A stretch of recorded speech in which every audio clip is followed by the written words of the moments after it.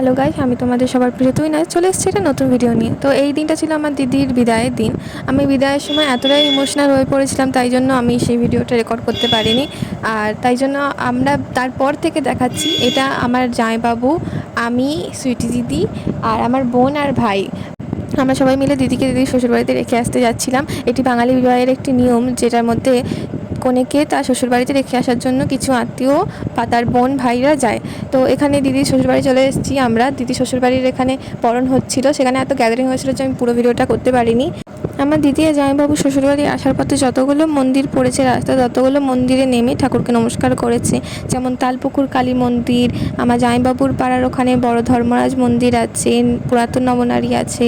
সবকটা মন্দিরে নমস্কার করে ঠাকুরের আশীর্বাদ নেওয়ার পর আমাদের ঘরে প্রবেশ করা হলো।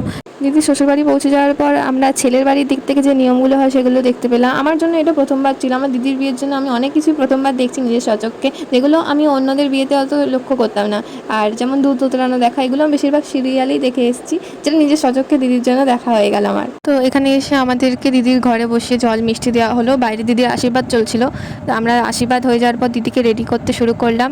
এখানে আমার দিদি রেডি হয়ে গেছে, দেখতেই পাচ্ছ।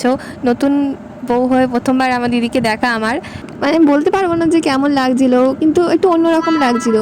আর তার উপর আমার দিদির সারা রাত না ঘুমিয়ে বাসর জেগে তারপর পরের দিনকে কান্নাকাটি করে মুখ চোখ পুরোই শুকিয়ে গেছিলো।